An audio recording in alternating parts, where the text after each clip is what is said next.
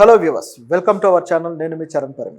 పవన్ కళ్యాణ్ గెలుపు కోసం సవాల్ చేసి గెలిచిన ఒక బామ్మ, ఒక పేద మహిళ పిఠాపురంలో ఒక సవాల్ చేసి గెలిచారు. అదేంటంటే పవన్ కళ్యాణ్ పిఠాపురంలో పోటీ చేసిన తర్వాత ఆ పోటీకి సంబంధించి ఆ పిఠాపురం వాసులందరూ చాలా హర్షం వ్యక్తం చేశారు. అందులో పవన్ కళ్యాణ్ అభిమానులు, ముసలి ముతక చిన్న పెద్ద అందరూ కూడా చాలా హ్యాపీగా ఫీల్ అయ్యి ఆయన్ని లక్షల మెజార్టీతో గెలిపించారు. అయితే ఈ విషయానికి సంబంధించి ఎప్పుడైతే ఆయన పోటీకి దిగారో అప్పుడు ఒక మహిళ, ఒక పేద మహిళ, ఆమె పేరు మరియమ్మ, ఆమె వృద్ధురాలు.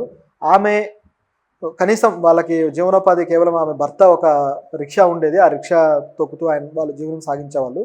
ఇలాంటి పరిస్థితిలో ఉన్న ఆ మహిళ పవన్ కళ్యాణ్ గారిని గెలిస్తే నేను ఊరు మొత్తానికి పార్టీ ఇస్తాను అని చెప్పి అన్నారనమాట. సో అది విని అందరూ మొదట్లో నవ్వుకున్నారు. ఈమె పార్టీ ఇవ్వడం ఏంటి, అసలు ఈమె కెపాసిటీ ఏంటి, ఈమె స్థాయి ఏంటి అని చెప్పేసి. అలాగే పవన్ కళ్యాణ్ గెలుపు మీద కూడా కొంతమంది నవ్వుకున్నారు. పవన్ కళ్యాణ్ ఆయన గెలవడం అసాధ్యం అని చెప్పేసి జోకులు కూడా వేసుకున్నారు.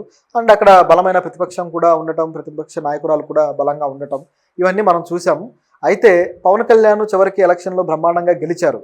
గెలవడంతో ఆమె ఊరికి పార్టీ ఇచ్చారో మరి లేదో తెలియదు, కానీ ఆమెకు మాత్రం ఒక మంచి పార్టీ దొరికినట్టయింది. అదేంటంటే ఈ పవన్ కళ్యాణ్ గారు గెలుపుని బాగా సెలబ్రేట్ చేసుకున్న తర్వాత ఇప్పుడు కొద్ది రోజుల తర్వాత ఈయనకు ఆ న్యూస్ తెలిసినట్టుంది.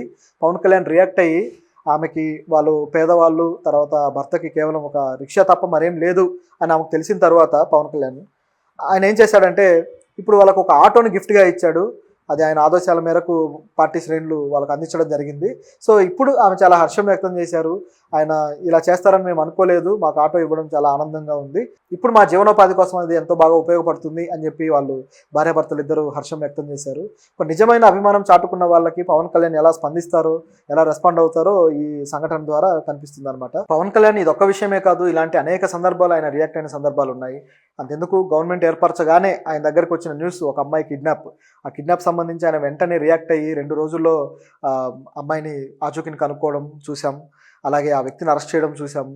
ఇది ఒకటే కాదు, ఒకసారి ఆయన క్యాన్వాయ్ వెళ్తూ ఉంటే దగ్గరలో ఒక ఊరవతల ఒక చిన్న బాలుడు జనసేన జెండా పట్టుకొని ఊపుతూ ఉంటే వెంటనే అక్కడ నుంచి దిగి ఆ బాలుడికి అభివాదం చేసి ఆ బాలుడిని పట్టుకొని అప్రిషియేట్ చేసి అక్కడ నుంచి వెళ్ళడం చూసాం.